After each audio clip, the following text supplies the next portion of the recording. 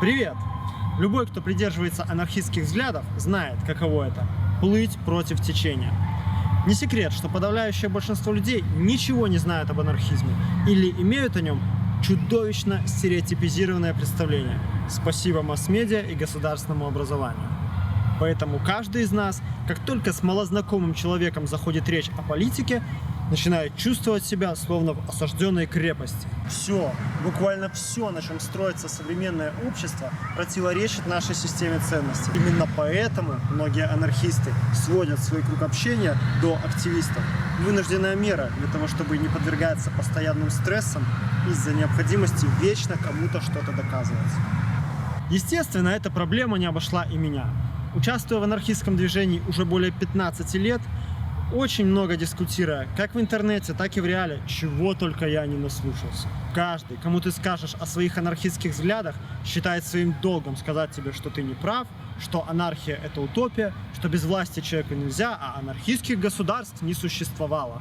Притом, как правило, чем глупее человек и чем меньше он разбирается в политике и истории, тем с большим рвением он доказывает тебе эти стереотипы. За годы споров, методом проб и ошибок, я набрался определенного опыта. По крайней мере, теперь споры не заканчиваются конфликтом или обвинением меня в наивности, как это было, когда я был подростком. И сегодня я поделюсь этим опытом с вами. Думаю, это видео будет полезно не только анархистам, но и всем людям прогрессивных взглядов и разного рода активистам. В подобных спорах важно придерживаться 6 основных правил. И если вы сами имеете хорошую идеологическую базу, то, как правило, успех в споре с обывателем вам гарантирован. Тут надо отметить, что под обывателем я имею в виду просто людей, не ангажированных в общественную жизнь, с низким уровнем знаний о политике. И ни в коем разе не употребляю это как некий уничижительный ярлык. И отсюда уже вытекает первое правило.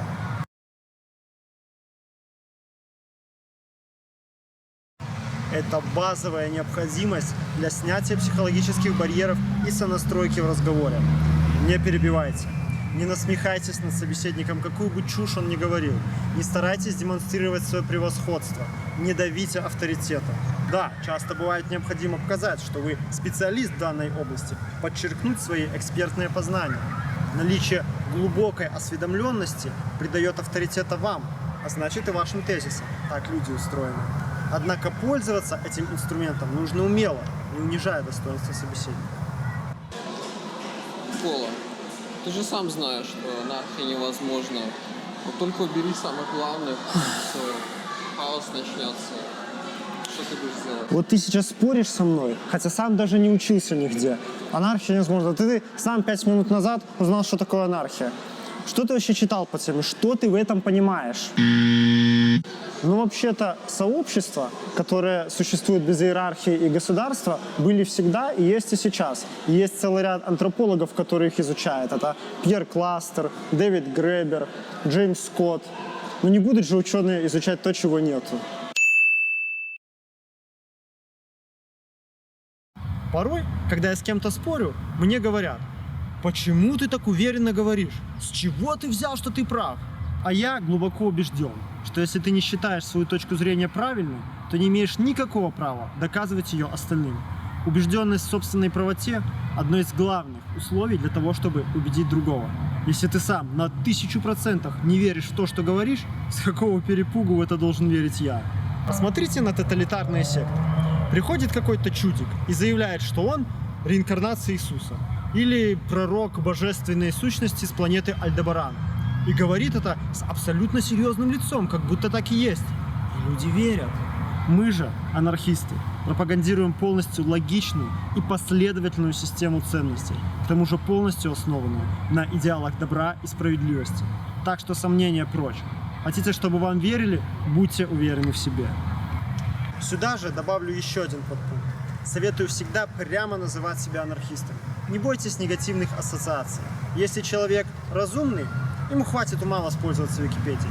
Если же нет, то вряд ли он вам нужен. Размывание нашей идентичности и боязнь назвать вещи своими именами – это как раз то, чего добивается государство. Анархист – это не ярлык и не идеологическое клише. Это просто характеристика ваших взглядов, выстраданная долгими поколениями борцов. не надо ее стесняться. К тому же практика показывает, что введение всякой дополнительной терминологии, вроде либертарии или неавторитарные левые или социальные активисты, только запутывают людей. Микола, ты же сам знаешь, тут тебе не Украина. Посмотри, сколько милиции, МВД, КГБ, ОМОНа. Тут и писнуть не успеешь, тебя скрутят и все.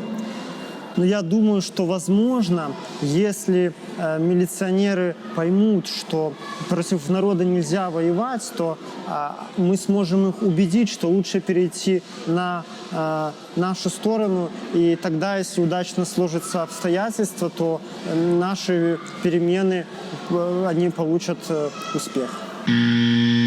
Если на нашей стороне интересы миллионов, то какая разница, сколько ментов против нас? А мы уж постараемся, чтобы люди научились защищать себя и не боялись конфронтации. Когда народ проявляет решительность, никакой ОМОН не поможет.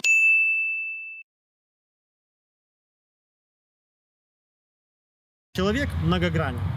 И чтобы пробиться к его ценностной составляющей, часто приходится пробовать разные пути. Кто-то больше подвержен действию логических аргументов, кому-то важнее чувственное восприятие. Соответственно, аргументы, например, о теории прибавочной стоимости, согласно которой капиталисты наживаются на труде рабочих, или факты о глобальном потеплении больше подойдут для людей логического склада. Рассказы же о личном опыте, например, как вас избили менты, или как корпорации эксплуатируют детский труд, больше впечатлят эмоциональных людей. Считается, что образами и эмоциями больше мыслят люди творческих профессий. Художники, музыканты. А технари, программисты, инженеры более склонны впечатляться фактами и цифрами. А также, что у женщин чувственное восприятие развито больше, чем у мужчин. Но это, конечно, обобщение, и работать они будут не всегда. Из этого правила логично вытекает, что вы сами должны быть хорошо идеологически подкованы. Знать факты, даты, статистику, по возможности всегда ссылаться на научные данные. Иначе есть шанс, напоровшись на эрудированного собеседника, просто сесть в угол. Микола, вот скажи, при вашем анархизме не будет начальников и не будет подчиненных? Так кто же тогда будет чистить туалеты? Пойми, раскрепостив творческую энергию человека, мы откроем ему окно в новый мир. В бесконечной свободе личность сможет наслаждаться неизведанностью Вселенной. Мы откроем людям возможность познавать свою бесконечную индивидуальность, наслаждаясь неизвестностью впереди и хаосом внутри нас. Что? Какие туалеты? Да по очереди будут чистить. Это как с дежурствами по лестничной клетке. Вообще адекватные люди понимают, что жить в грязи и вони не прикольно и никогда не допустят до такого. Более того, многие неприятные профессии уже сейчас можно автоматизировать. Другое дело, этим никто не хочет заниматься. Дешевле же нанять рабочего за копейки, чем вкладываться в новые технологии.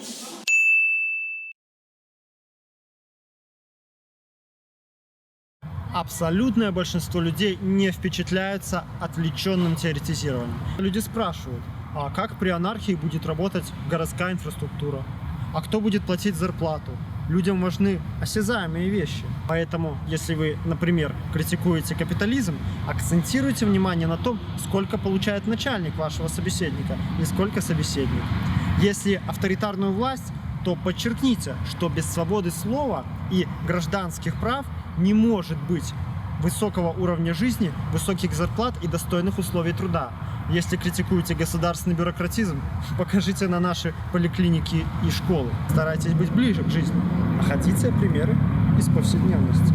При анархизме все будут свободны, все будет бесплатно, эксплуатации не будет и преступности тоже не будет. Вот сколько у тебя рабочий день? Ну, допустим, 12 часов, 2 через 2, есть и ночные. А вот теперь представь, сколько у нас чиновников, сколько ментов, сотни тысяч. Сократить их несколько раз и отправить заниматься гражданскими профессиями.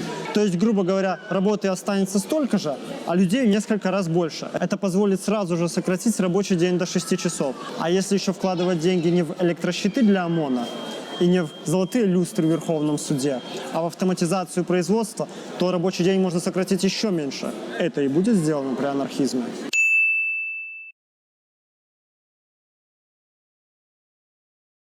Не стремитесь спорить со всем, что вам говорят. Не стройте свою полемику на отрицании. Меньше нет, больше да.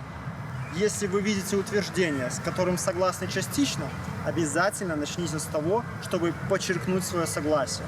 Дайте собеседнику почувствовать себя умным. Поставьте себя на место собеседника. Если вы спорите с человеком, который каждое ваше убеждение разбивает в пух и прах, пусть даже обоснованно, то очень скоро вы начнете с ним спорить чисто из принципа, чтобы не упасть лицом в грязь. Иначе что же это получается? Вы прожили всю жизнь, и все знания в вашей голове были ложными и неправильными? Вряд ли кто-то такое признает. По крайней мере, за одну дискуссию. Никола, ты посмотри, сколько китайцев понаехало, занимают рабочие места. Скоро белорусам вообще негде будет работать. Что же делать? Ты говоришь ужасные российские вещи, ты абсолютно не прав. Все нации равны. Да, ты прав, китайцев действительно много приезжает. Кстати, ты на заработки в Россию ездил? Ну да. А что ездил? Платят больше, наверное, да? Ну да, почти 2 раза больше, жилье оплачивают. Вот видишь, почему тогда тебе можно, а китайцам нельзя? Рыба ищет где глубже, а человек где лучше. Каждый же хочет и заработать больше, и семью обеспечить. А то, что места отбирают, так тут нужно тебе винить работодателей, капиталистов. Именно они получают профит от того, что нанимают тех, кто готов трудиться задешево. А с китайцами этими тебе делить нечего. Такие же рабочие, как и ты.